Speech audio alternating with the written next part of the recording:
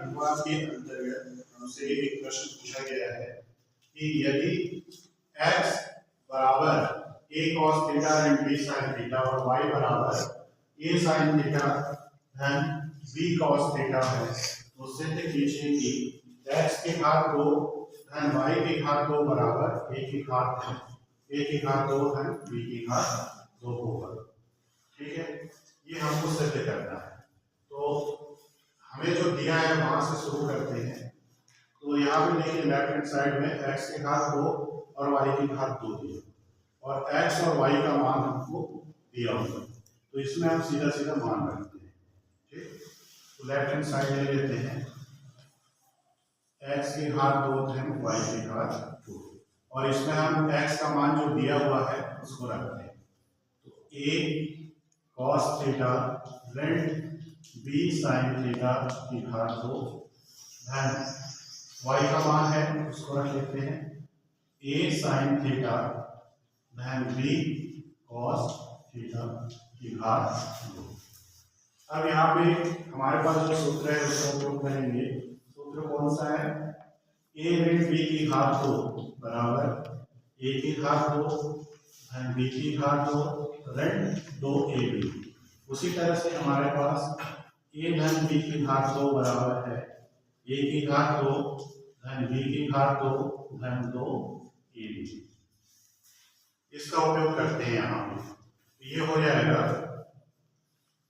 यहाँ पे लगा रहे हैं a cos थीटा का वर्ग होगा, तो इसको हम लिखेंगे a की घात 2 cos स्क्वायर थीटा।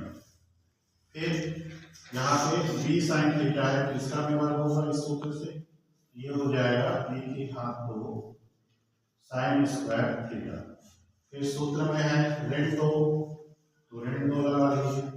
फिर a और b, a की जगह पे a cos थीटा है और b की जगह पे b sin थीटा है, इसका गुणा हो जाएगा a b cos theta into sin theta. तो ये हमारा पहला ब्रैकेट है।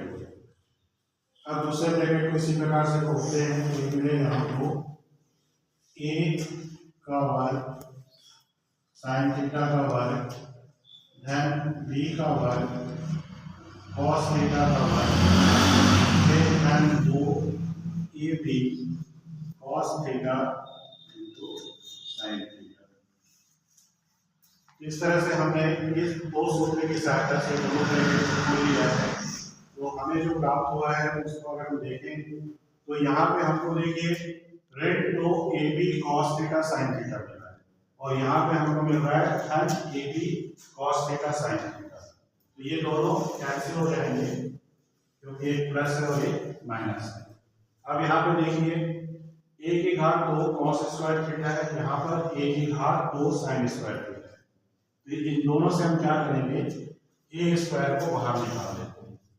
ये हो जाएगा a स्क्वायर, यहाँ बच जाएगा cos स्क्वायर थीटा इस जगह पे और यहाँ पे बच जाएगा sin स्क्वायर। फिर यहाँ पे देखिए इसमें b sin स्क्वायर थीटा है और यहाँ पे b square cos square theta है। तो यहाँ से भी हम क्या करेंगे, b स्क्वायर यहाँ भी है यहाँ भी है, तो मैंने इसको बाहर निकाल लेंगे तो हमारे पास क्या बचेगा, b की घात 2